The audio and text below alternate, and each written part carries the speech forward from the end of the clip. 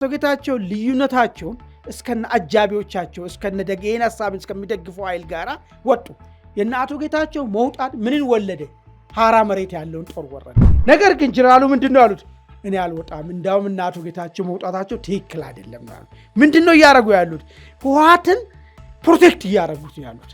እሳቸው ራሱ ህወሓት ጊዜ ገዝቶ ራሱን እንዲያደራጅ ለሚፈልገው አጀንዳ እንዲንቀሳቀስ ከፊት ለፊት ሆኖ ስክሪን ሴቨር ሆኖ ሲያገለግሉ የነበሩ ሰው ናቸው ማለት ነው። ስለዚህ ለይተህ ማየት አንችልም ከህወሓት ፕሮጀክት። ከራሳቸው በላይ እንዴት ነው አንተ ከራሱ በላይ ሰው የሆነ ድርጅት ይወዳል እንዴ? ይሄ ማለት እኮ ሰውየው ጉዝ ነው ማለት እኮ ነው። የራሳቸው ሐሳብ የላቸውም ማለት እኮ ነው። የሚገርም ነገር የራሳቸው አመለካከት ካላቸው ለትግራይ ይበጃል የሚል መንገድ አለኝ ብሎ የሚያስቡ ከሆነ እንዴት ከራሳቸው አስተሳሰብና አመለካከት በላይ የነ ሞንጆሪኖን የነ ደብረጽዮንን አስተሳሰብን እንዴት ሊያስቀድሙ ቻሉ? በአንድ ዓመት ውስጥ የሚደረጉ ነገሮች ተዘርዝሯል ፕሪቶሪያ ስምምነት ላይ።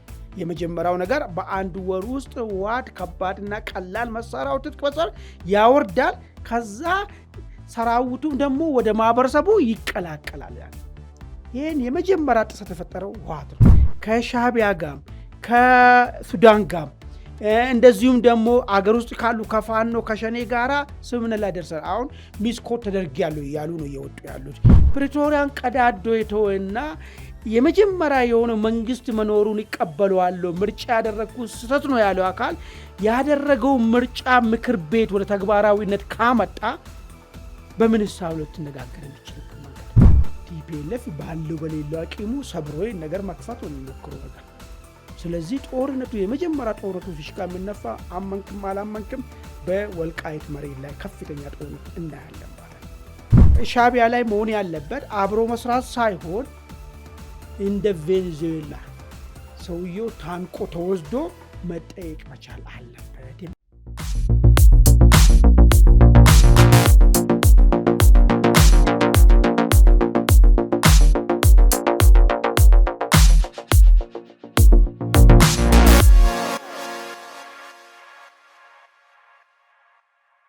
ጤና ይስጥልን በመላው ዓለም የምትገኙ ውድ አንድ አፍታ ሰዎች እንደምን አላችሁ? እነሆ አንድ አፍታችን ተጀምሯል።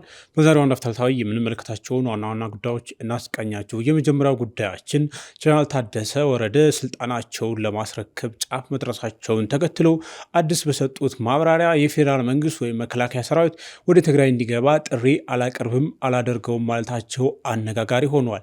ትግራይ ክልል ከኢትዮጵያ አፈንግጦ እየወጣ ሳለ ለህግ ተገዢ የመሆን ጉዳይ አጠያቂ ሆኗል። እንግዲህ ጀነራሉ የሰጡት ማብራሪያ ተከትሎ በህወሓትና ፌዴራል መንግስት መካከል ያለው ግንኙነት ተበጥሷል የሚል መረጃ በስፋት እየወጣ ነው። ይህንኑ ተከትሎ ጦርነት ሊቀሰቀስ ይችላል የሚል ከፍተኛ ስጋት አይሏል። እንደ አውሮፓ ህብረት ያሉ የዲፕሎማቲክ ማህበረሰቡ ደግሞ በአስቸኳይ ወደ ንግግር እንዲመለሱ ጦርነት ከመግባትም እንዲቆጠቡ እያሳሰቡ ነው። ለመሆኑ በህወሓትና ፌዴራል መንግስት የተፈጠረው ውጥረት ወደ ንግግር ይመለሳል ወይስ እንደተሰጋው በአጭር ጊዜ ውስጥ ወደ ዳግም ጦርነት ያመራል የሚለውን ጉዳይ እንመለከታለን። ሁለተኛው ጉዳያችን ከሰሞኑ የትራምፕ አስተዳደር የፕሬዝዳንት ኢሳያስ አፈወርቂን አስተዳደር ለመደገፍ እንደዚሁም ደግሞ ማዕቀቦችን ለማንሳትና ግንኙነት ለማደስ ፍላጎት አለ የሚል ዘገባ መውጣቱን ተከትሎ ጉዳዩ አነጋጋሪ ሆኗል። በኤርትራውያን እንደዚሁም ደግሞ በተለያዩ ወገኖች እየቀረቡ ያሉት አቤቱታዎች የትራምፕ አስተዳደር በኢሳያስ አስተዳደር ላይ የጣላቸው ማዕቀቦች ማንሳት ማላላት የለበትም፣ ያ ከሆነ ለቀጠናው እጅግ አደገኛ ቀውስ ያስከትላል፣ የሰብአዊ መብት ጥሰቶችንም ያባብሳል የሚል ጥያቄ እየቀረበ ነው። በሌላ በኩል ትራምፕ ይህን ማድረግ ሳይሆን የሚጠበቅባቸው ኢሳያስን ማስወገድ አለባቸው። እንደውም ከዚህ ቀደም በቬኔዙዌላ ላይ እንዳደረጉት ኢሳያስን ፒክ አድርገው ወደ አሜሪካ መውሰድና ተጠያቂ ማድረግ አለባቸው የሚሉ ሀሳቦችም እየተሰሙ ነው። ይህ ጉዳይ ከኢትዮጵያ አንጻር በተለይም ደግሞ ከቀጠናው የጂኦፖለቲክስ አሰላለፍ አንጻር እንዴት ይታያል የሚለውን ጉዳይ እንመለከታለን። አብራችሁ እንዲቆዩ በአክብሮት እንጋብዛለን። አማን እንደምናል? ሰላም መርቻ እንዴት? ዛሬ የምነጋገርባቸው ጉዳዮች እንግዲህ አስተዋውቀናል። የመጀመሪያው ጉዳያችን ትግራይ ክልል ያለው ሁኔታ በጣም በከፍተኛ ሁኔታ እየተቀያየረ ነው ያለው። በህወሓትና ፌዴራል መንግስት መካከል ያለው ግንኙነት ተበጥሷል። ይሄን ያለው ህወሓት ራሱ ነው።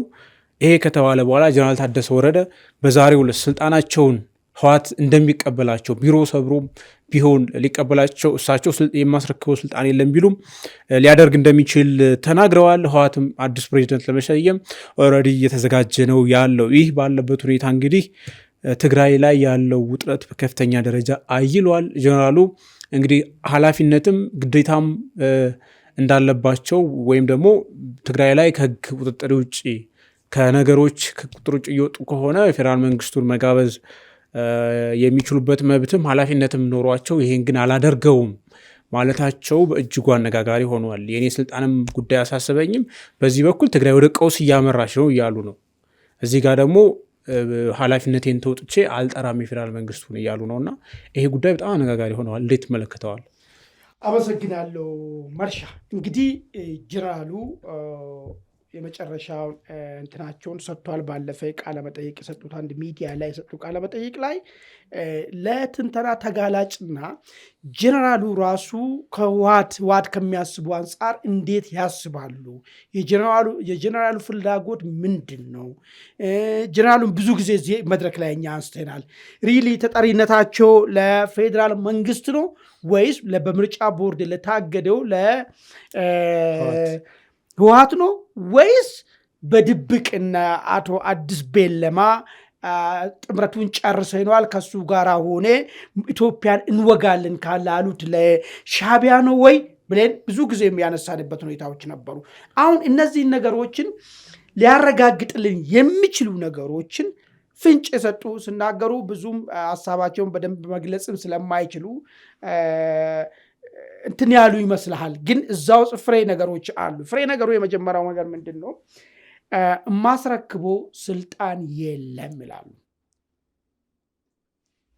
ነገር ግን የፈለጉትን ማድረግ ይችላሉ የሚል ነገር ተናገሩ። አዎ ካቢኔያቸውንም ኮንቪንስ ማድረግ እንዳልቻሉ ኮንቪንስ ማድረግ ፍላጎትም እንደሌላቸው ጭምር ነው የምናገሩት።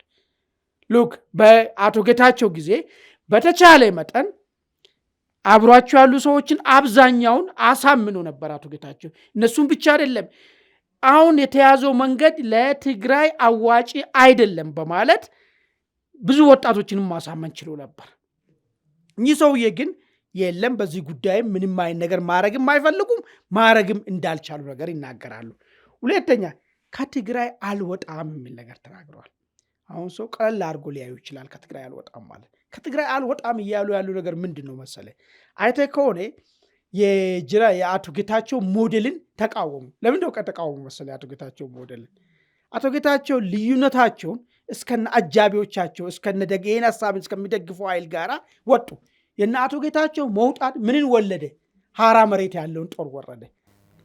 ለነጻነቱ የሚታገልና አሁንም እነዚህን ኃይሎች ጋራ ባሪያ ሆነን አንቀጥልም፣ እነዚህ ሐሳብን ይዘን ትግራይ እንድደማ አንፈቅድም።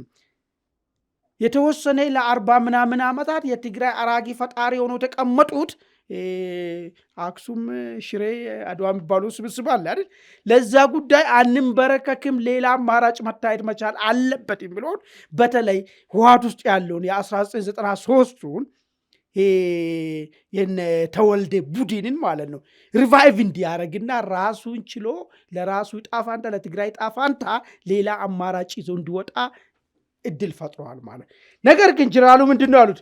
እኔ አልወጣም፣ እንዳውም እና አቶ ጌታቸው መውጣታቸው ትክክል አይደለም ነው ያሉት። ምንድነው እያደረጉ ያሉት? ህወሓትን ፕሮቴክት እያደረጉት ያሉት። ይብዛም ይነስም የሰውዬ የወታደራዊ መሪ ነው አይደል? 5 ሰውንም እኮ የሚከተለውን ሰው እኮ ይኖረዋል። ነገር ግን ያን ነገር ማድረጉንም አልፈለገም። ይህን ማድረግ ለምንድን ነው ያልፈለጉ? ጀነራል ታደሰ ብለውን ነገር ካየ የህወሓትን ድብቁን አጀንዳ ምን ማለት ክልሉን መቆጣጠር፣ ቀጥሎ በኋላ አነሳለሁ ወደ ምዕራብ ትግራይ ብሎ የሚቃዥውን ወደ ወልቃይት የመስፋፋትን ጉዳይ፣ ከሱዳን ጋር ድንበር የማገኘትን ጉዳይ የዛን እቅድ በልባቸው የሚቀበሉ በፊት ለፊት መንግስትን ቢመስሉም በጀርባቸው ለዚህ ተግቶ ሰሩ የነበሩ ሰው መሆናቸውን አረጋገጡ ማለት አልወጣም በማለታቸው ሰራዊቱም እንዳይበተን ፖለቲከኛውም ዳግም እንዳይበተን ባለበት እንዲቆይ የሚችሉትን ነገር ለማድረግ የወሰኑበት ውሳኔ ነው ማለት ነው። ሶስተኛ በጣም አሻሚ ነገር ያነሱት ፌዴራል መንግስቱን አልጠራም የሚል ነገር አመጡ። ይህ ሰውዬ ጊዜያዊ አስተዳደር ሆኖ ይሾሙልን ያሉት ራሳቸው የዋስ ሰዎች ናቸው። የምታስታውስ ከሆነ እሳቸው ካልተሾሙ ሞቴን እንገኛለን ተብለው ኦኬ አለና ፌዴራል መንግስት ሾማቸው። ከዛ ምንድነው የተሰጣቸው ስራዎች ውስጥ አንዱ ለምርጫ ሁኔታዎች እንዲያመቻች ነው አይደል? ምን ማለት ነው? ትግራይ ወደ ህጋዊ ሂደት እንድትገባ። እስከ መቼ ነው በጊዜያዊ አስተዳደር የሚቀጥልበት ሁኔታ? ከሌላው ቀሪ ኢትዮጵያ ክፍል ከሚደረገው ምርጫ ጋር እኩል ምርጫ እንዲደረግና ከዛ ጊዜያዊ አስተዳደር የሚባል ነገር መፍትሄ እንዲያገኝ። እሳቸው ግን የሚመሩት በድብቁ ብዙ ዛሬም ህልም ባለውና መልሼ የኢትዮጵያ ፖለቲካ ስልጣንን መልሼ ይቆጣጠራለሁ፣ በቀጥታ እንኳን በራሴ መቆጣጠር ባልችል በስሬ በሌላ መልክ ጀሌ አቋቁሜ በዛ መንገድ ይቆጣጠራሉ ብሎ በሚያስቡ በነ ዶክተር ደብረጽዮን ቡድን ስለሚመሩ ይህንን የምርጫ ጉዳይ እንዳይሆን አለመሆኑ ራሱ ምክንያትን እንኳን ጠቅሷል። ምርጫ ቦርድን ምርጫ ትግራይ ክልል ውስጥ ለማካሄድ እንቅስቃሴ የማድረግና እንቅስቃሴያቸው ያልተሳካበት ምክንያት ገልጿል። ጀነራሉ ያሉት ምንድነው እንግዲህ ትግራይ ክልል ላይ ምርጫ ለማካሄድ አሉ በቅድሚያ የህወሓት እውቅና መመለስ አለበት አሉ። የትግራይ ግዛቶች መመለስ አለባቸው። አሁን በአዲሱ ቃለ መጠይቅ ላይ ማብራሪያቸው ላይ እንደዛ ያሉ። ስለዚህ ምርጫ እንዳይካሄድ ሀገራዊ ምክክር እሳቸው ፈርሞ የሄዱትን ማለት ነው በስምንቱ ቃል ኪዳን ላይ ያስቀመጡ ፕሪኮንዲሽን ቲፒኤልኤፍ የሚያስቀምጠው ነው ማለት ነው። በሀሳብ ደረጃ ይጋሩታል። አሁን ልዩነቱ የተፈጠረው ስልጣን አስረክብ አታስረክብ፣ ወደ ጦርነት እንግባ አንግባ ነው ማለት ይህንን ታዲያ ያን የተሰጣቸው ይህንን እኮ ህወሓት ወደ ግዛቱን ካልመለሳቸው ስለማይፈጸም አልቀበልም ማለት አይችሉም ነበር ወይ? ስለዚህ እሳቸው ራሱ ህወሓት ጊዜ ገዝቶ ራሱን እንዲያደራጅ ለሚፈልቁ አጀንዳ እንዲንቀሳቀስ ከፊት ለፊት ሆኖ ስክሪን ሴቨር ሆኖ ሲያገለግሉ የነበሩ ሰው ናቸው ማለት ነው። ስለዚህ ለይቴ ማየት አንችልም ከህወሓት ፕሮጀክት ማለት ነው። ለዛ ነው እንግዲህ ፌዴራል መንግስቱንም አልጠራም አላደርገውም ያሉበት ምክንያት። ለምን ነው አሁን እዚህ ጋር ትግራይ ጦርነት ውስጥ እንዳትገባ ይፈልጋሉ? እሱንም አመጣልህ እኮ ራሳቸው ህወሓት ራሱ እንዲፈረካከስ አይፈልጉም አልኩ እኮ። አንድም ሰው ሲሆን 10ም 5ም ይሄ ህገወጥ ድርጊትን እንቃወማለን ከራሳቸው ጀምሮ። ራሳቸው ነው ስልጣን ያጡት አይደል? መጀመሪያ ደረጃ ማለት ነው። ከራሳቸው በላይ እንዴት ነው አንተ ከራሱ በላይ ሰው የሆነ ድርጅትን ይወዳል እንዴ? ይሄ ማለት እኮ ሰውየው ጉዝ ነው ማለት እኮ ነው እኮ። የራሳቸው ሀሳብ የላቸውም ማለት እኮ ነው። የሚገርም ነገር የራሳቸው አመለካከት ካላቸው ለትግራይ ይበጃል የሚል መንገድ አለኝ ብለው የሚያስቡ ከሆነ እንዴት ከራሳቸው አስተሳሰብና አመለካከት በላይ የነ ሞንጆሪኖን የነ ደብረጽዮንን አስተሳሰብን እንዴት ሊያስቀድሙ ቻሉ ብለህ ካሰብክ የሰውየው ራሱ ማሰብ ደረጃቸው ምንድን ነው የሚለውን ጥያቄ እንዲታነሳ ያደርጋል ማለት። አሁንም እያረጉት ያሉት ነገር ህገወጥ ነው ይላሉ። ኦኬ ህገወጥ ነው። ህገወጥ ታዲያ ከሆነ ህጋዊ እርምት እርምጃ እንዲወሰድ ለህገወጥ ፕሪስክራይብ የሚደረገው ነገር ምንድን ነው? ወደ ህጋዊነት መመለስ ነው አይደል? ይህንን ለማድረግ ደግሞ ፌዴራል መንግስት ጣልቃ እንዲገባ ጥሪ ማድረግ ነው አንዱ እርምጃ ማለት ነው። ካልሆነ እንኳን ጥሪ እንኳን ባታደርግ ለቀ ወጥተ የዚህን ህገወጥ አካል አይደለሁም ብለ ይህን ህገወጥን ለማስተካከል ከሚንቀሳቀሱ ኃይሎች ጋር መሰለፍ መቻል አለብህ። አንደኛ አልወጣም አሉ። ሁለተኛ ነገር ይሄን ህገወጥ የምታረምበትን መንገድ አላደርገውም ነው ያሉ። ስለዚህ ሰውየው የፈለጉትን ያድርጉ ነው የሚለው። ሰውየው ራሳቸው ያበኩት ነገር ነው ማለት። ከራሳቸው ሀሳብ በላይ የነ ሞንጆሪኖ ሀሳብ ይገዛቸዋል ማለት ነው። ይሄ ከዚህ የምንረዳው ነገር ምንድን ነው? የፕሮጀክቱ አካል ናቸው ማለት ነው። የትኛው ፕሮጀክት ማለት ነው? ያኔ የተሰረዘውን ምርጫን ህጋዊ ማድረግ፣ የተሰረዘውን ምክር ቤትን ህጋዊ ማድረግ። የሚገርም ነገር እኮ እንዳልዛቃለ በጣም ያሳቀኝ ነ ምክር ቤትም የለውም፣ ችግር አለበት ጊዜያዊ አስተዳደር። ሰው ምክር ቤት እንዲኖረው ለምንድን ያልተደረገበት? ወደ ምርጫ እንድንመጣ ለምን ያልተደረገም? ይሄ ምርጫ ምክር ቤት ስለሌለው የግድ ህገወጥ ነው። ትላንትና ፈርሞ ቅድም የጠቀስኩት እሱ ለችግር የለብኝም እኔ። እሱን አቋም ሊይዙ ይችላሉ። ነገር ግን ያኔ ያኛው ምክር ቤት የፈረሰበት ምክንያት ተቀብለናል፣ ሰርዘነዋል እሱን ይላሉ። ይህንን ወደ ህጋዊነት ግን ልመጣ ስመጣ ይሄ ምን ሊያመጣ ስለሚያውቁ ይህንን ለመከላከል ግን ቁርጠኛ ለምን መሆን አቃታቸው? ይሄ ህገወጡ ምክር ቤት ወደ ህጋዊነት ሲመጣ ምን ተከትሎ ምን እንደሚመጣ እኮ ያውቃሉ እኮ። ይሄን ለማስተካከል ፍራቻ ነው ፍላጎት ነው ወይስ ምንድን ነው የያዛቸው ካልከኝ እኔ ቀጥታ ምንድን ነው የሚደረገው ነገር የእሳቸውን ፕሮጀክት ስለሆነ ነው። ይህን ነገር በዚህ ደረጃ ላይ እየሄዷል። ጦርነት አስፈላጊ አይደለም ይላሉ። ነገር ግን ጦርነት የሚያመጣ ድርጊት ሲፈጸም ለማስቆም ተባባሪ ያልሆንም እያሉ ነው ያሉት። ሰው ወዴት ነው የምትወስዳቸው? የዚህ ነገር አካል ካልሆኑ ይሄ አሁን የሚደረገው ነገር ወደ ጦርነት እንደሚወስድ ይታወቃል። ጦርነትን አልደግፍም አሉ። ጦርነትን ካልደገፉ ታዲያ ወደዚህ ደረጃ ሳይመጣ በፊት ፌዴራል መንግስቱ ይገዛ እንዲያደርግና ይህንን ጊዜያዊ አስተዳደርን ኮንሶሊዴት አድርጎ ጉዳዩ የተወሰነ እንዲቀጥል ጦርነቱ እንዳይመጣ ለማድረግ ለምን ፍቃደኛ አልሆኑም ብለህ ስታስብ ሰውየው ራሱ የዛ ሀሳብ ተጋሪ መሆናቸውን የሚያሳይ ጉዳይ ነው ማለት ነው። ኦኬ ይሄ ብቻ አይደለም ባይዞ የሚገርም ነገር ማለት ነው። እኔ ያነሱት ነገር በጣም አስቂኝ ነገሮችም አሉት። ተፈናቃይ ጉዳይ ለጦርነት የጦርነት ብቁ ሀሳብ ነው አሉ። እሳቸው አመት ከምናምን የዛ ቦታ ሲሆኑ ተፈናቃይ እንዲመለስ ምንድን ነው የጣሩት ነገር? አቶ ጌታቸው ጥሪ ያለው ምን ነገር ነው ያነሱት አይደል? እንዲያውም እንዳይደረግ ያደረገው የህወሓት ሰዎች ናቸው ይህን ነገር እንዳይፈጸም ያደረጉ ነው ብሎ። እኚህ ሰውዬ ግን ተፈናቃይን ወደ ቄው ለመመለስ ምንድን ነው ያደረጉት ጥረት? ወይስ እሳቸውም ሻርፕሊ ግዛቱ ማስመለስ ነው? ከግዛትም ቀጥሎ ባይዞ ስልጣን መያዝ የሚባል ነገር ስላለ ማለት እሱንም ይመኙት ሆን ወይ የሚል ጥያቄም እንድታነሳ ያደርግሃል ማለት ነው። አሁን ፖይንቱ ኦሪጂናሉ እንደዚህ ካሉ ሁኔታው ሊቆሙ ወደማይችልበት ደረጃ ደርሷል። ኦልሬዲ ፌዴራል መንግስቱና የትግራይ ወይም የህወሓት ግንኙነት ሙሉ በሙሉ ተበጥሷል። ምክንያቱም ያለው ብቸኛ ግንኙነት መስሎ ጊዜያዊ አስተዳደሩ ነበር፣ የፕሪቶሪያው ሰላም ስምምነት ነበር ራሳቸው እንደሚሉት። ስለዚህ የጊዜያዊ አስተዳደሩ ነው ፕሪቶሪያው ሰላም ስምምነትንም ቲፒኤልኤፍ ካፈረሰ ያለው የግንኙነት መስመር ዜሮ ሆኗል ማለት ነው። ወይ እንደ አዲስ መደራደር ነው ወይ ወደ ጦርነት መግባት ነው። አሁን ያለው ሁኔታ አሳሳቢ መሆኑን አውሮፓ ህብረት ያወጣው መግለጫ አለ። ሪሊ በጣም ኮንሰርንድ ነን፣ ስሬስ የሆነ ጉዳይ ነው ያለው፣ ወደ ድርድር መመለስ አለበት ይላሉ። ጌታቸው ረዳም የጠቅላይ ሚኒስትሩ የማህበራዊ ጉዳይ አማካሪ እንግዲህ ትግራይ ጉዳይ ራሳቸውም ስለነበሩ ረዘም ያለ ጽሁፍ አሰራጭተው ተመልክተናል። ቲፒኤልኤፍ የጦርነት ነጋሪት እየደለቀ ነው እያሉ ያሉት፣ ጦርነት እየመጣ ነው አፍጥጦ እያሉ ነው። አሁን የሚመጣውን ጦርነት ጀነራል ታደሰ ፌዴራል መንግስቱን ኃላፊነቱ እንዲወጣ ወይም መብቷ ላይ ግን አልጋብዘውም ካሉ በቃ ጋባዥና ተጋባዥ ሳያስፈልገው ባይ ዲፎልት ጦርነቱ ይጀመራል የሚል አይነት አንደምታ የሰጡትም ሰዎች አሉ። እሱንስ እንዴት? በጣም ጥሩ። ምን ተያይዞ ሊመጣ ይችላል የሚለውን መስለኛል ያነሳው ነገር። ከዛ በፊት ግን አንድ ነጥብ ላንሳ። በጣም ብዙ ሰዎች ጋር ግርታ እየፈጠረ ስለሆነ ማለት የዚህ አሁን ለተፈጠረው ሜስ በሚገርም ሁኔታ ጀነራል ታደሰ ይላሉ። የሚገርም በጣም ያሳፈረኝ ነገር ጀነራል ታደሰ ስልጣን የተራዘመበት መንገድ ህገወጥ ስለሆነ ህወሓት ይህንን ውሳኔ ወሰነ የሚል አርጊውመንት እየተነሳ ነው ያለው። የትኛውን ምክር ቤቱን ከዚህ በፊት በፕሪቶሪያ ስምምነት ህገወጥ የተባለው ምክር ቤት መልሶ ወደ ህጋዊነት እንዲመጣ ህወሓት የወሰነበት ምክንያቱ ይሉና ጀነራል ታደሰ የተመረጡበት የህግ ሂደት በተሰረዘ ወይ ደግሞ በፈረሰ አዋጅ ነው የመጡት የሚል ነገር ነው ያነሱት ያሉት።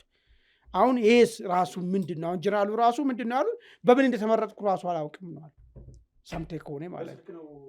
እኔ ደብዳቤውን ራሱ የሆነ በንትን ላይ ነው ያየሁት እንጂ እንዴት እንደሆነ አላውቅም ብሎ ክደት ሲፈጽሙ ማለት ነው። የሚገርም ነገር ማለት ነው። ምን ማለት ነው? አሁን እኮ አንዳንድ ጊዜ ለግለሰቡም ራሱ ያለህን ግምት ይወርድብሃል። አንተ ስልጣን ነው የተሰጠ አይደል?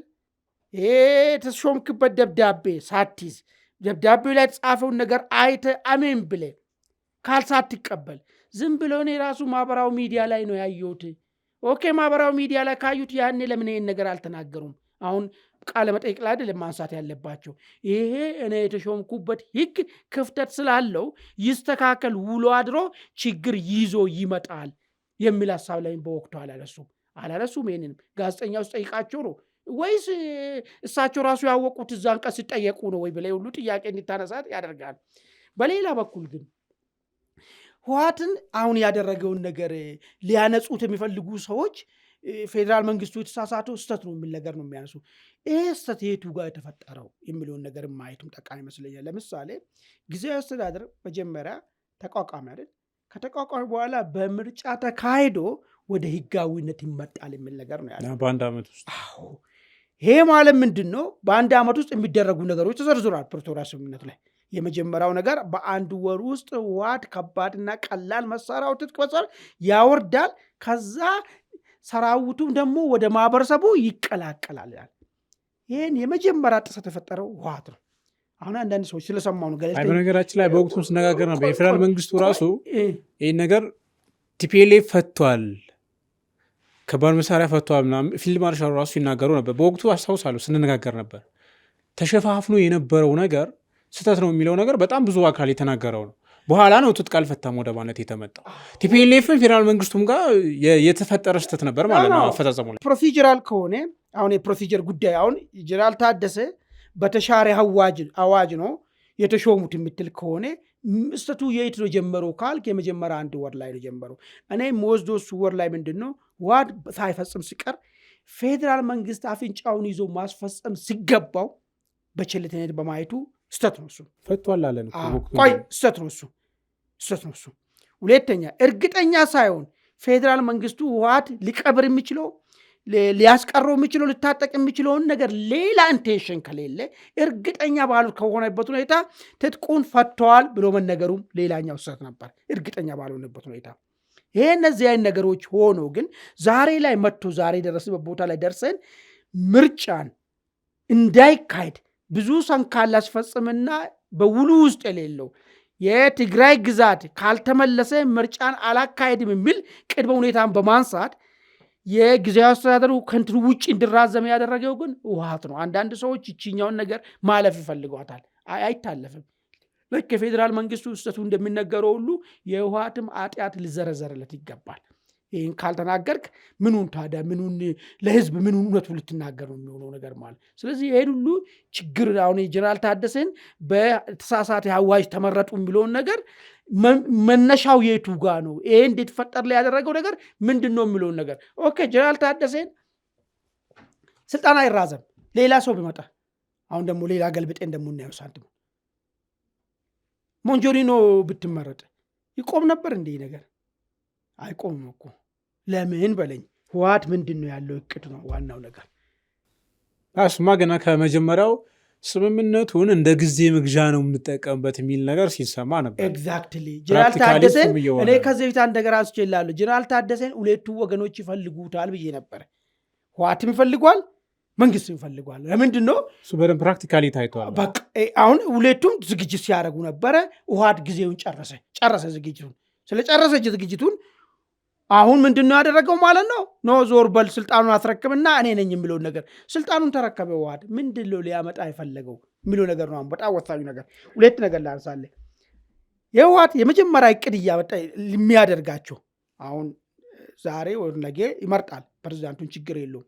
ከመረጠ በኋላ ግን የሚያደርገው እቅድ በትግራይ ተገድቦ ይቆማል ወይስ ይስፋፋል የሚለውን ነገር ነው። እነሱ ፕራይመሪ የመጀመሪያ እቅዳቸው ምንድን ነው? ባለፈ ዶክተር አዲስ ዓለም ቤለማ የሆነ ነገር ታስቀምጠዋል። ከሻዕቢያ ጋም ከሱዳን ጋም እንደዚሁም ደግሞ አገር ውስጥ ካሉ ከፋኖ ከሸኔ ጋራ ስምምነት ላይ ደርሰናል። አሁን ሚስኮት ተደርጊያለሁ እያሉ ነው እየወጡ ያሉት። ከአውዱ ውጭ ተወስዶብኛል፣ ግን ቃሉ የኔ ነው ያሉት። ምንድን ነው ያሉትን ነው፣ ሌላ ተጨመረ ነገር እኮ የለውም። ካርቱም ላይ ተሰበሰባል። ቆይ ይሄ የአዲስ ዓለም ቤለማ ነው። አዲስ ዓለም ቤለማ ማለት በፍርደኛ በምህረት ተለቀቀ ነው። ከቃል በላይ ሆነዋል ነው ነገሩ እኮ። እና እኚህ ግለሰብ ያሉት ቀጣዩን ፕሮጀክት ነው እያሳዩት ያሉት። ስለዚህ ቀጣዩ ፕሮጀክት ምንድን ነው የሚሆነው? ህወሓት የሚያደርገው ወደ ወልቃይት ባለው በሌለው ኃይሉ ይዘምትና ይሰብረዋል። የወልቃይቱን ድንበር ሰብሮ ከሱዳን ጋር እንደ ልብ መውጣትና መግባትና ያነ ጭቅጭቁን የሚያደርገው ምንድን ነው? ፌዴራል መንግስት ጋር የሚፈልገው ነገር ልክ ዲፋክቶ ስቴት አይን ነገር ፌዴራል መንግስት በጀት ይወስዳል፣ መመሪያ አይወስድም፣ የፌዴራል መንግስት ቁጥጥር የለውም። ልክ እንደዚህ አይነት ያለውን አይነት ቅርጽ ያለውን እንትን ለመፍጠር አንዱ ትልቁ ዝግጅቱ ይሄ ነው። ህወሓት እያደረገ በደንብ አድርገ ያዙልኝ። የወልቃይቱን መስመር ከሰበረ በኋላ ከሱዳን ጋር እንደ ልቡ እንትን እያለ ሌላ የዝግጅት ጊዜ ወደ ፌዴራል መንግስቱ ለመፍተስ። እስከዛ ድረስ ግን ከፌዴራል መንግስቱ ጋር አደራዳሪም ይጠይቃል፣ መነጋገር እንችላለን ይላል። ብዙ በጣም ለሰላም ቁርጠኛ መሆኑን ይናገራል። ያ ማለት ነው ዲፋክቶ ስቴት ነኝ የሚለውን ዲክላር ለማድረግ ማለት ነው። ይሄ ነው አንዱ ነጥብ ማለት። ሁለተኛው ግን ምንድን ነው ያለው? እዚሁ አዲስ ዓለም ቤለማ በደንብ አድርጎ የነገሩ። አንደኛው ከሱዳን ከኤርትራ ጋር ያላሉት ይሄኛውን ነገር ነው የነገሩ። ሁለተኛው ነገር ግን ሀገር ቤት ውስጥ ካሉት ከነፋኖ ከነሸኔ ጋር አብረን እንተባበራለን፣ ጸረ መንግስት ከሆኑ ኃይሎች ጋር እንሰራለን የሚል ነገር ነው። እሱ ደግሞ እስካሁን ድረስ በአክሱሙ ስብሰባ ያሳልፈው ውሳኔ ነው። አዎ እሱ ነገር ደግሞ ምንድን ነው ልክ ወደ መንበረ ስልጣን መመለስ አለብን በምን ሂሳብ የሚለውን ነገር ነው። አሁን አንዳንድ ሰዎች ላይዋጥላቸው ይችላል። እንተባበራለን ካሉ ቲፒኤልኤፍ ሪሊ ጁኒየር ሆኖ ነው እንዴ መተባበር የሚፈልገው? ከቲፒኤልኤፍ ባህሪ አንጻር ምንድን ነው የሚለውን ነገር 1983ን በደንብ አድርጌ ጠንቅቄ ማሰብ ነው። ቲፒኤልኤፍ ጁኒየር ለመሆንማ አሁን ከብልጽግና ጋር እኮ አንዳንድ ሰዎች የአይዲዮሎጂ ችግር የለባቸውም። በአንዳንድ ነገሮች ላይ ይስማማሉ፣ በህገ መንግስቱ ላይ ይስማማሉ ምናምን ብሎ የሚከሱ ሰዎች አሉ። ስለዚህ ፋኖ ነው የሚቀርበው ለቲፒኤልኤፍ ወይስ አሁን ከብልጽግና ጋር መስራት ነው የሚቀርበው ለቲፒኤልኤፍ የሚል መከራከሪያ የሚያነሱ ሰዎች አሉ። ስለዚህ አሁን ባለበት ሁኔታ ቲፒኤልኤፍ ለፋኖ ጁኒየር ወይ ደግሞ ለሸኔ ጁኒየር ሆኖ ነው የሚመጣው። ወደድክም ጠላም ሲኒየር ሆኖ ነው የሚመጣው። የሚፈልገውም አራጊ ፈጣሪ ሆኖ ከላይ ሆኖ መቀመጥ ነው፣ ወይ ከፊት ለፊት እነዚህ ሰዎች አስቀምጦ ከጀርባ ሆኖ እሱ ሊድ ማድረግ ነው የሚፈልገው። እሱን ነው ሁለተኛው ፕሮጀክት የሚመጣው ነገር ማለት ነው። ኦኬ፣ ይሄ ከሆነ ቀጣይ የሚሆኑ ነገር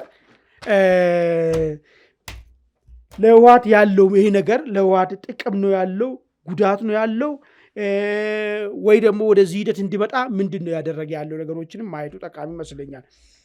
አንድ 3 ነገሮችን ላንሳል። ለህወሓት ያለውን አደጋውን የተወሰነ ያለው ውሳኔ ምን አይነት አደጋዎችን ሊያመጣበት የሚችለው፣ አንደኛ ዓለም አቀፍ ማህበረሰብ ዘንድ ተቀባይነትን ወይ ደግሞ አመኔታን ያጣና ነገ ለሚደርስበት ዓለም አቀፍ ማህበረሰብ የሚጮውለት ጠፋል። አይቴ ከሆነ ዩሮፒያን ዩኒየን ትላንት ማታ ወጥቷል የሆነ መግለጫ፣ ሾርት መግለጫ፣ ቶሎ ጦርነት አይፈቀድም፣ ግጭት አይፈቀድም፣ ወደ ንግግር ተመለሱ እያለ ነው ያለው። ወደ ንግግር መመለስ የሚችለው በየትኛው ፍሬም ነው? በፕሪቶሪያ ፍሬም ነው አይደለም?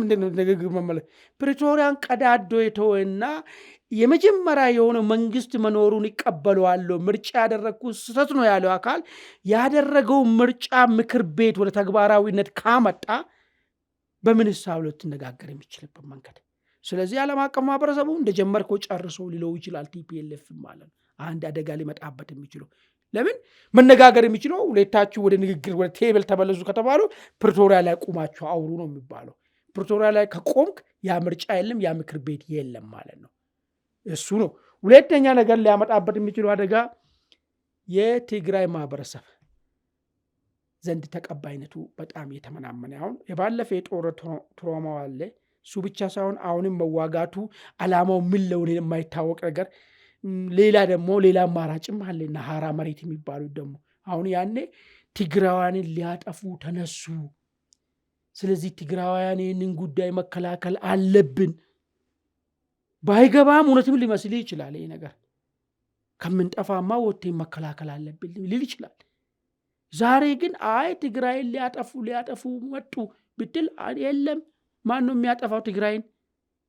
ትግራይን ሁሉ ጊዜ የሚያቆረቁዙ ሰዎችን ከትከሻ ላይ እናወርድ ይላል ጀነራል ጻድቃን ቆሙ። ጌታቸው ቆሞ ይህን ነገር ይናገራል። ሀራ መሬት ያለው ለዚህ ጉዳይ ይተኩሳል። ስለዚህ ትግራይ ህዝብ ዘንድ ተቀባይነቱ የተመናመነ አሁን ራሱ ልጅ አውጡ ሲባል አፈሳ ሲጀመር እምቢ እያለ ያለው ህዝቡ። የቀድሞ ቲዲኤፍ አባላቶች የተደወለላቸው ነው ኑ ግቡ እየተባሉ ኖ እያሉ ነው። መንግስት ሰራተኛ የሆኑትና ሰራዊት ሆነው ያገለገሉ ሰዎች ግቡ እየተባሉ ነው። ብር ያለው የሸሎኬ የመጣ ነው ከዛ የሸሸ። ለምንድን ነው ያኔ ከአዲስ አበባ ወደዛ አይደለው የሚካሄድ የነበረው? አሁን ለምንድን ነው ከትግራይ ወደ አዲስ አበባ መፍለስ ጀመረበት? ምክንያቱ ይህን ሲታይ ጦርነቱ ማሰቡ አሁን ቲፒኤልኤፍ እያደረገ ያለው ነገር ከህዝቡ ዘንድ ያለውን ተቀባይነቱን አደጋ ውስጥ ይከተዋል። አሁን ጦርነቱን ያስቀረዋል ወይ? አሁን የዲፕሎማቲክ ኮሚኒቲው ወደ ንግግር ተመለሱ የሚለው አሁን ያሉት ነዋሪያ ሁኔታዎች ስትመለከት ወደ ንግግር የመመለስ ወይም ደግሞ የጦርነት የመግባት ሁናቴውን መቀልበስ ይቻላል?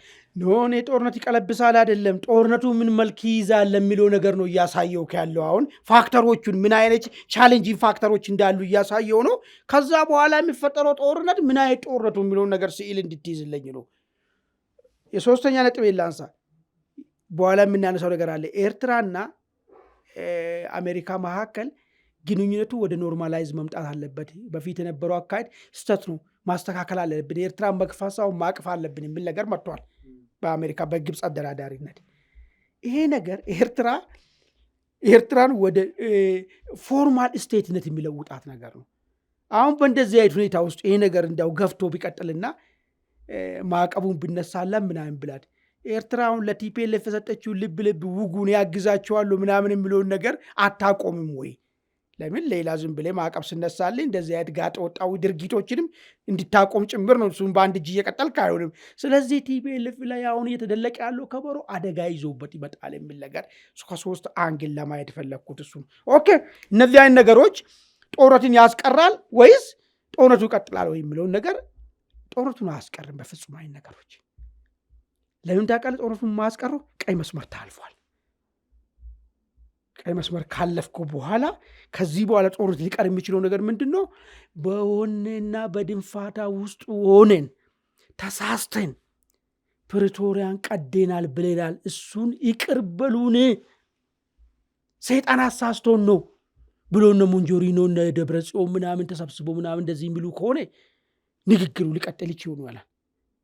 የሰው ልጅ አጠፉ፣ በደሉ፣ አሁንም ተሳሳቱ፣ ሻዕቢያ በልበል ብሎን እውነት መስሎን ብሎ የሚያነቡ ከሆነ ማለት መግለጫቸውን ወደ ጉዳዩ መመለስ ጦርነቱ ሊቀር የሚችል ይሄ ካልሆነ ግን አንዴ ቀይ መስመር ታልፈዋልና ከዚህ በኋላ በጉልበታችን እንፍታ ነው አይደል? ቲፒኤልኤፍ እኮ እያለ ያለው ነገር አይ በቃ አሁን በቂ አቂም አለኝ፣ መንግስት በቂ አቂም የለውም፣ ከዚህ በኋላ ወደ ጦርነት ቢንገባም እኔ ገፈትረዋለሁ፣ መንግስት በተለያየ መንገድ አቂሙ ከኔ ያነሰ ሆኗል ብሎ እኮ አስቦ እኮ ወደ ጦርነት እኮ ይገባሉ ብሎ እኮ ይህን ውሳኔ ውስጥ የገባው።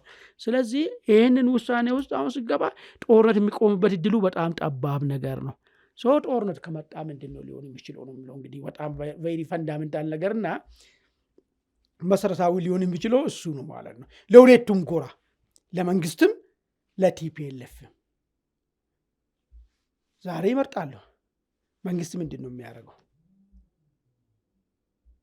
የመጀመሪያ ደረጃ ሊያደርግ የሚችል ሲምፕል ነገር ልናስብ የምንችለው ሌላ ወሰብሰብ ያለውን ባለ ጉዳዮቹ ምን ማድረግ አለብን ብሎ ሊያስቡ ይችላሉ መንግስት የሚባሉ ሰዎች አካል ማለት ነው። ነገር ግን የመጀመሪያ ነጥብ ሊደረግ የሚችለው ቲፒኤልኤፍን ቀጣይ መስፋፋት እንዳያደርግ ሆልዲንግ ነው የምታደርገው ነገር። ሆልዲንግ ማለት ነው መገደም ማለት ነው። አሁን ጠላት ቀጠና ነው። ከጠላት ቀጠና ወደ ነፃ ዞን ወደ ቀጠና ወይ ደግሞ ወደ ከቲፒኤልኤፍ ነፃ ወደ ሆነ አካባቢ የሚደረገውን እንቅስቃሴ ካልተቆጣጠርኮ ያ ችግር እየተስፋፋብ ይመጣል ማለት ነው። ወደዛም ወደዚህ የሚገባውን እንቅስቃሴ ታቆማለህ ማለት ነው።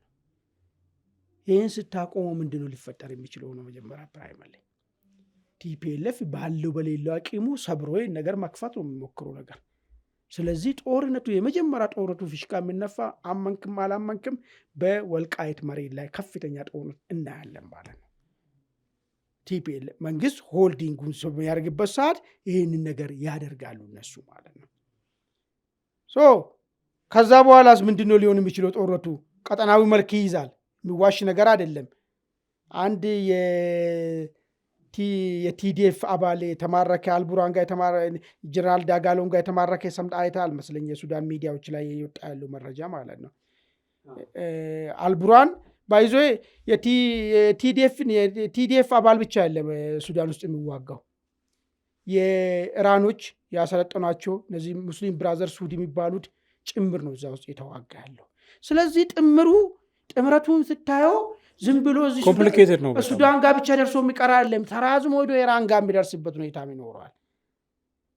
ይሄንን ሰንሰለት ይዞ ነውና ዶክተር አዲስ ዓለም ቤለማ ከሱዳን ጋር ጨርሰናል ያሉት የኢራን መሳሪያ እንጠቀማለን ነው እያሉ ያሉ። ሌላ ምንም አማርኛ የለውም ነገር ማለት ነው።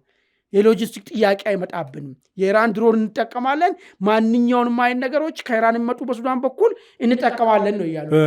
ኤርትራም በሱዳንም ወደብ እንጠቀማለን ነው። አየህ አሁን ኤርትራ እንኳን በሚደረገው ድርድር ከዚህ ጨዋታ ብትወጣ እነሱ ትልቅ ተስፋ ጥሎበት ወደዚህ ጦርነት እየገቡ ያሉት ከኢራን የሚገኘው ሎጂስቲክ እንጠቀማለን እያሉ ያሉት። ይሄ ሲሆንስ ምንድን ነው ሊሆን የሚችለው ነው? እንግዲህ የመጀመሪያ ነጥብ አንድ የኢራን ሳተላይት ለመሆን የሚንቀሳቀስ ኃይል ኢትዮጵያ ሜዳ ላይ ሲፈጠር የኢትዮጵያ መንግስት እዚህ ኃይል ላይ እርምጃ ሲወስድ ድሮ የሚጮሁት ምዕራባውያን ምንድን ነው ሊሉን የሚችሉት? እና አሜሪካ ምንድን ነው ሊሉን የሚችሉት? ይሄ ነው። ለዛ ነው የእግዚአብሔር ይስጠው አዲስ ዓለም ቤለማ እያልኩት ግልጽ አድርጎ እቅዳቸው ስለነገረም ማለት ነው። አሁን ምንም መከራከሪያ የለውም ይሄው ነው በሚል ነገር መንግስት ራሱን የሚዋጋው የኢራንን ሴል ነው የሚዋጋው ኢትዮጵያ ውስጥ ማለት ነው። ናት ነሰርሊ ቲፒኤልኤፍ አይደለም ማለት ነው። ስለዚህ በዚህ ደረጃ ፍሬም ይደረጋል ጦርነቱ። አገር ውስጥም አስቸጋሪ ነገር ሊፈጥር ይችላል። ምናልባት ቲፒኤልኤፍም ፋኖም ኦላም ሊተባበሩ የሚችሉበት ሁኔታዎች አለ። እሱ ብቻ አይደለም፣ ሌሎች አዳዲስ ኃይሎች እሱ ብቻ አይደለም። መንግስት በምን አይነት ሬቶሪክ ሊዋጋው ይችላል ይህን ጦርነት የሚለውም ሌላ መሰረታዊ ነገር ነው። ለምሳሌ ያኔ የተዋጋበት ሁኔታ ቢታይ ያኔ በሰሜን ኢዝ ጉዳይ ጋር ተያይዞ በጣም ቲፒኤልኤፍ አንድ ከፋፋይ ኃይል ኢትዮጵያ እንደዚህ መቀመቅ ውስጥ የከታት ኢትዮጵያኖችን በጥርጣሬ እንዲተያዩና ያለውን ልዩነትን ወደ ጠላትነት ያሳደጉ ኃይሎች ናቸው በሚል ህዝቡ ይህ ሀሳብ ሁለተኛ እንዳይመጣ ስለሚፈልግ ነው። ስለዚህ ከፋፋይና የዘረኝነት ሀሳብና የአንድነት ሀሳብ አድርጎ ነው የተዋጋው ህዝቡ። አሁን በዛ ደረጃ ማድረግ ይቻላል ወይ? መሬት ላይ ያለው ሬቶሪክ እሱ ይፈቅዳል ወይ?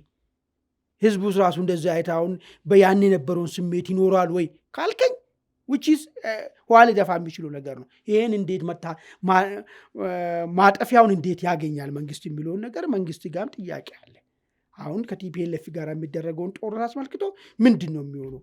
ኦኬ እነዚህ መጥቶ አንተን እንደዚህ ሊያረጉ ምናምን ቢባል ሰው ጋውን ገዢ ይሆናል ወይ የሚለው ጥያቄም ደግሞ በጥያቄ ምልክት ይኖራል። እንዳውም ከሱ የሚሻለው የጠላት ተላላኪና ከነ ሱዳን ጋር አሁን የመጡ አገር ሊያፈርሱ የነ ግብፅን እቅድ ይዞ የመጡ እሱ ሊያስኬድ የሚችልበት እሱ ሊያስኬድ የሚችልበት ሁኔታ ነው ሲያነሱ እየሰማናቸው ነው። ወደ ቤተሰቦቻችን ወደ ሁለተኛ ጉዳያችን እንገባለን።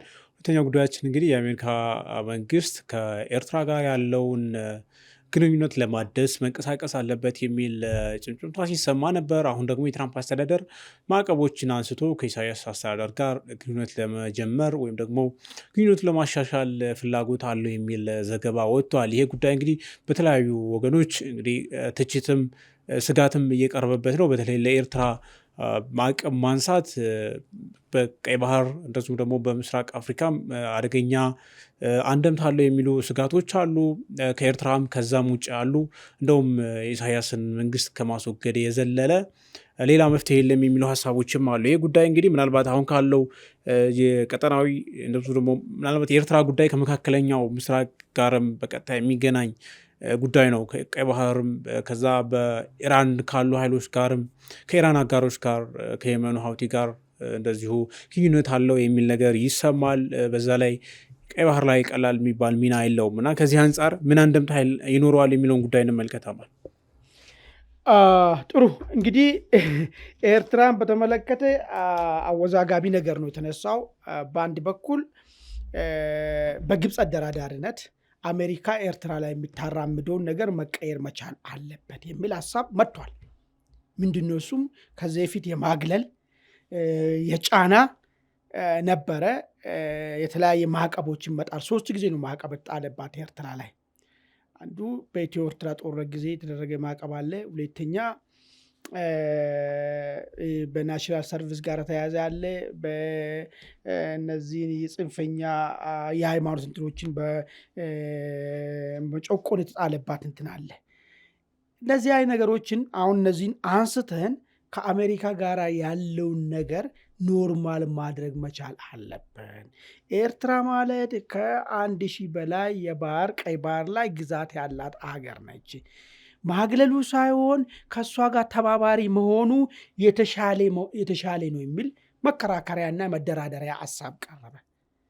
የራሱ በሌላ በኩል ደግሞ ያሉት ዲፕሎማቲኮች አሜሪካ በታሪኳ እንደዚህ አይነት ጭቆና ለሚያደርግና የአፍሪካ ሰሜን ኮሪያ ለምትባል ሀገር መንግስት ትብብር መስጠት ጭቆናውን አጠናክራ እንድትቀጥል በር መክፈት ነው፣ እውቅና መስጠት ነው። በመንግስት ዜጎች ላይ ለሚፈጸመው በደል እንግዲህ እንደሚታወቅ ከዚህ ቤት አጫዎች ያሉ አይደል፣ ሰው ጣቢያ ላይ 15-20 ዓመት ይታሰራል ኤርትራ ውስጥ። ፍርድ ቤትም ህገ መንግስት እንትንም ስለሌለ ማለት ነው፣ ምንድነው የምትዳኝበት ወንጀለኛ ምናምንም ስለሌለ ህገ መንግስትም ስለሌለ ዝም ብለህ ጣቢያ ላይ ፍርድ ቤትም የለም ምንም የለም፣ 10 ምናምን ዓመት ታሰራለህ። ይሄ በአብዛኛው እነዚህ ታሳሪዎች በሃይማኖት ማምለክ ነፃነት ስለሌለ፣ ጋዜጠኞች እንደዚህ ናቸው። ፖለቲካል ልዩነት ታይታቸዋል ተብሎ የሚታሰቡ ሰዎች ናቸው። ሀሳብን በነፃነት መግለጽ ይህን ሁሉ የምታደርገውን ሀገርን እውቅና ሰጥታ አሜሪካ አብራ ለመስራት መወሰኑ ራሱ በአሜሪካ ዘመናዊ ታሪክ ውርደት ነው የሚሉ ዲፕሎማቲኮች ተፈጠሩ። እንዳውም ምንድን ነው ያሉት? ኤርትራ ላይ ሻዕቢያ ላይ መሆን ያለበት አብሮ መስራት ሳይሆን እንደ ቬኔዙዌላ ሰውየው ታንቆ ተወስዶ መጠየቅ መቻል አለበት የሚል ነገርም ተነሳ። አሁን እንግዲህ ሁለቱን ነገር እስቲ ከአሜሪካ ናሽናል ኢንተረስት አንጻርና ከሻዕቢያ ባህሪ አንጻር ሊሆን የሚችለው ነገር ምንድን ነው ብለውን ነገር እንየው። እርግጥ ነው አሜሪካውን በዚህ ሰዓት ስለ ኤርትራኖች ሀሳብ በነፃነት መግለጽ፣ የሃይማኖት ነፃነት፣ መንግስታዊ ቅርጽ ከሽፍትነት ወጥቶ የመንግስትነት ቅርጽ ምናምን ያሳስባታል ወይስ የራሷ መውጫ መንገድ ነው የሚያሳስባት የሚለውን ነገር ነው። ለምን የኢራኑ ጉዳይ እልባት አላገኘም። እርባት አለማገኘት ብቻ አይደለም፣ የኢራን ጠንካራ ሳተላይት የሚባለው ሀውቲ አማጺ በበል መንደብልን ለዘጋ ተዘጋጅቷል። እንዲያውም አንዳንድ እንቅስቃሴዎችንም ጀምሯል። መዝጋብ ማለት ናትነሰርሊ ልክ እንደ ሆርሙዝ እንደሚዘጋ ላይሆን ይችላል። ነገር ግን በዛ በኩል የሚያልፉትን መርከቦች ላይ ጥቃትን ከፈጸመ ይፈራሉ። ችግር ስለሚኖር አለማለፍን ነው አማራጭ የሚያደርጉ። ወደንም ጠላንም ዩሮፒያኖች ላይ ከፍተኛ አደጋ ይፈጥራል ማለት ነው። ዩሮፒያኖች ላይ ብቻ አይደለም እኛ ላይም አደጋ ያለው። ስለዚህ ይሄንን ነገር ላይ ሻዕቢያን ተጠቅመን ያን ቀጠና ሰላማዊ ማድረግ መቻል አለብን። ሻዕቢያን አሁን አስፈላጊነቱን የጨመረው ይሄ ጉዳይ ነው። ምን ኢራን ጋር ያለው ችግር ለኢራን ጉዳይ እስቲ ዛሬ ኦል ኦፍ ሰደን እስቲ ተፈታል ይበል። ሻዕቢያ አስፈላጊነቱ ይሄዳል ወይ ካልክ የለም፣ ያቀትማል እዛው ጋር ማለት። ስለዚህ ጊዜያዊ ችግር ነው። ለዛም ነው አንዳንድ ዲፕሎማቲኮች እንደ ነባር ዲፕሎማቲኮች እየወጡ ይሄ በዝም ብሎ ስሜት ያመጣችሁት ነገር ነው እንጂ በጥልቀት ታይቶ አይደለም። ግን የኢራን ጉዳይ ደግሞ አሁን አንተ እንዳልከው ቢቆም እና መፍትሄ ቢያገኝ የጂኦፖለቲክሱን ባይዜ የመቀየር አቅም አለው። ቢቆም ራሱ አየህ አሁን የተፈተነ የተሞከረ አሰላለፍ አለ። ያንን አሰላለፍ ሪሼፕ ማድረጉ ኤክስፔክተር ነው የሚሉት ትንተናዎችም አሉ። ለምሳሌ እንግዲህ መካከለኛው ምስራቅ ላይ ያሉ የገልፍ ስቴቶች አሜሪካ አጋር ናቸው። በኢራን የተፈጸመባቸው ድብደባ እንግዲህ ለአሜሪካ የጦር ቤዝ ከመሆን እንዲሸሹ ሊያደርጋቸው ይችላል የሚል ነገር አለ። ምናልባት እሱ ፕራክቲካሊ ላይሆን ይችላል፣ ምክንያቱም ለራሳቸውም ሌላ ስጋ ስለሚገባቸው።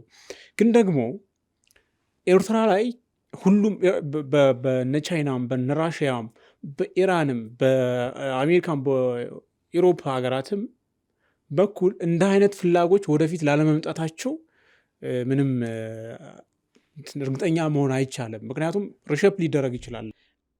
በጣም ጥሩ ሀሳብ ነው ያነሳው። ምንድን ነው ሎንግ ተርም ከታሰበ ምናልባት እውነት ነው እነዚህ ገልፍ ስቴቶች አሁን በተፈጠረው ነገር አሜሪካ ላይ ችላይ ማለትና ወታደራዊ ቤዙ ከዛ አካባቢ እንዲወጣ ሊጠይቁ ይችላሉ። አክቹዋሊ ለኤርትራን እንኳን ምጽዋንም አሰብንም አሜሪካ ለወታደራዊ ቤዙ እንኳን ብትጠቀም ማለት ነው ያኛውን አያስቀረውም። ያኛውንና የኛው የተለያየ ነገር ኮሪደር ላይ ያለውን ግን ምንድን ነው ለዘላቂነት ነገ ምን እንደሚፈጠር ስለማይታወቅ ይህንን ቦታ በእጃችን ልክ አሁን ዱሮ በኃይለሥላሴ ዘመን ቃኞ ሻለቃ ቢባል ታውቃለህ፣ ሰምተሃል ስለሱ ጉዳይ። የአሜሪካኖች ትልቁ ወታደራዊ ቤዝ እዚህ ነበረ፣ አስመራ ውስጥ ነበረ። እንደዚህ አይነት ነገር ማስቀመጡ ቀጠናውን ለመቆጣጠር ይጠቅመናል ካሉ ነገር ግን እኮ ያስኬዳል፣ ሊያደርጉ ይችላሉ። ከአሜሪካ ብሔራዊ አንጻር ጥቅም አንጻርም ሊያስኬድ ይችላል። ነገር ግን አሁን ቅድም ያልኩ የሻዕቢያ ባህሪ አለ። አሁን ስልጣን ላይ ያሉትን ፕሬዚዳንት ኢሳያስ እና ጓደኞቻቸው ወደ ጎን ያሉትን ሰዎች በጣም ኮንሰርቫቲቭ ኮሚኒስቶች ናቸው። በምዕራባውያን ጥላቻ ያበዱና ሁሉ ነገሮች ከምዕራባውያን የሚመጣውን ነገርን በቅንነት የማያዩ ሰዎች ናቸው። ከትራምፕ አስተዳደር ጋር ደግሞ መወዳጀት ይፈልጋሉ። ይህን እንኳን ለእነሱ ለማስረዳት ቴክስ ታይም። ምንድን ነው የሚያስቡት እነሱ ከዛ ጀርባ ያለውን የጥቅሙንና ትራንዛክሽን ዲፕሎማሲውን ሳይሆን የሚያዩት ከዛ ጀርባ ምን ኮንስፓይረሲ ሊሰራብን ነው የሚለውን ነገር ልክ የሌለ ነገር መፈለግ አይነት ነገር አለ አይደል? እንደዚህ አይነት ነገር ውስጥ ይገባሉ። እኔ ብዙ ጊዜ አንድ ያሰመሰው ነገር አለ። አሁን ቶፕ ከላይ ያሉት የሻዕቢያ ሰዎች ጀርባ ያሉት ሰከንድ ሌየሩ ማለት ነው፣ በእድሜም ደግሞ ከነሱ ጁኒየር የሆኑት እነሱኛዎቹ ወደ ኤርትራ ውስጥ ወደ ስልጣን ቢመጡ ለአሜሪካ ምቹ ጊዜ ይፈጠራል የሚል ነገር ነው። ለሁለቱም ግንኙነትም አሉ ቫይብራንትና ከትላልቆቹ በእድሜ ወደ 60ዎቹ ውስጥ ያሉት ማለት ነው በጣም ምቹ የሆኑ ሊደሮች አሉ። እነሱ ወደ ስልጣን መምጣት እድል ቢኖር አሁን የምንለው ነገሮች በቀላሉ ተገበር የሚችልበት እድሎች በጣም ሰፊ ናቸው። ነገር ግን አሁን ያሉ ሰዎች በጣም የምዕራባውያን ሄት ያላቸው፣ ጥላቻ ያላቸው፣ ጥርጣሬ ያላቸው ሰዎች በዚህ ሁኔታ ውስጥ ሆኖ ከአሜሪካ ጋር ተስማምቶ ይሰራሉ ብሎ ማሰቡ የዋነት ነው የሚመስለኝ። እኔ ምንም እንኳን አሜሪካ ያን ሁሉ ነገሮችን ፕሪንሲፕል መርሆችን ሁሉ ጥሳ በቃ እኔ ምን አገባ ለአሜሪካ ብሔራዊ ጥቅም ሲባል ከሰሜን ኮሪያ ጋራም አብረን እንሰራለን። ከሻዕቢያ ጋር መስራት ከሰሜን ኮሪያ ጋር መስራት ነው። እኛ ስለ ዜጎች ጭፍጨፋ አያገባንም። የአሜሪካን ፖሊሲ የኤርትራን በተመለከተ ቻይናውን አለች አሜሪካ። ቻይና ባይዘው ምንም አይነት እንትን ቅድመ ሁኔታ የላትም። የሰብአዊ መብት የምትል ነገር የለም። ምንም የምትል ነገር የለም። አሜሪካ በቃ የራንጋ ኤርትራ ጋር ለመስራት ቻይና ራሴን ቻይና ሁኛለሁ ብላ አስባ እንኳን ብትመጣ የሻዕቢያ ባህሪ ያዋጣል ወይ የሚለውን ነገር ነው በደንብ መታየት ያለበት። ለዛ ነው ሁለተኛ ቅድም አንድ የተነሳ ነገር አለ። እነ ሚካኤል ሩቢዮ ምናምን ጻፉ ጽሁፍ ላይ እንደ እንትን የቬኔዙዌላ ስታይል መጠቀም ሞዴል መጠቀም አለብህ። እሱም አታረጊም አሜሪካ ለምን መሰለኝ የማታረገው?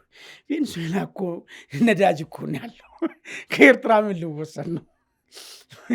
ፕሬዝዳንት ኢሳያስ ወስደ ዛ ምትደምን ዛ ፋክት ነው። አሁን ስለ ቬኔዙዌላ ህዝብ አሳስቦት ነው አሜሪካን ሁሉ በእንትን ተፈጸመችው ነዳጁን ለመውሰድ ነው። እዚህ ግን ምን የሚወሰድ ነገር ስለሌለ እስከዛ ደረጃ የምትሄድበት ሁኔታ ያለ አይመስለኝም።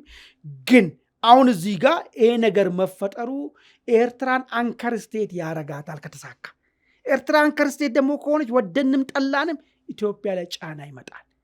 ጥቅምም ደግሞ አለው። የሚገርም ነገር የማይካድ ነገር ጫናው ምንድን ነው?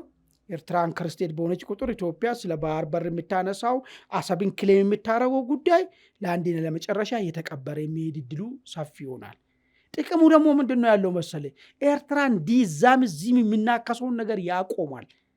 አሁንም ችግር እኮ እንደዚህ የሚያደርገው ሻዕቢያ መንግስትን እኮ ይሄ አሁን እንደዚህ አይት ከዓለም ጋር ከታረቀ ጥሩ ግንኙነት ከኢትዮጵያ ጋር ሊፈጠር ይችላል። በሰጥቶ መቀበል አብሮ ለመስራት ዝግጁ የሚሆንና ዝም ብሎ ሁሉ ጊዜ ትርምስ ላይ የተፈጠረ አጀንዳን ሊያቆም ይችላል። ስለዚህ ሁለቱ ነገር ነው።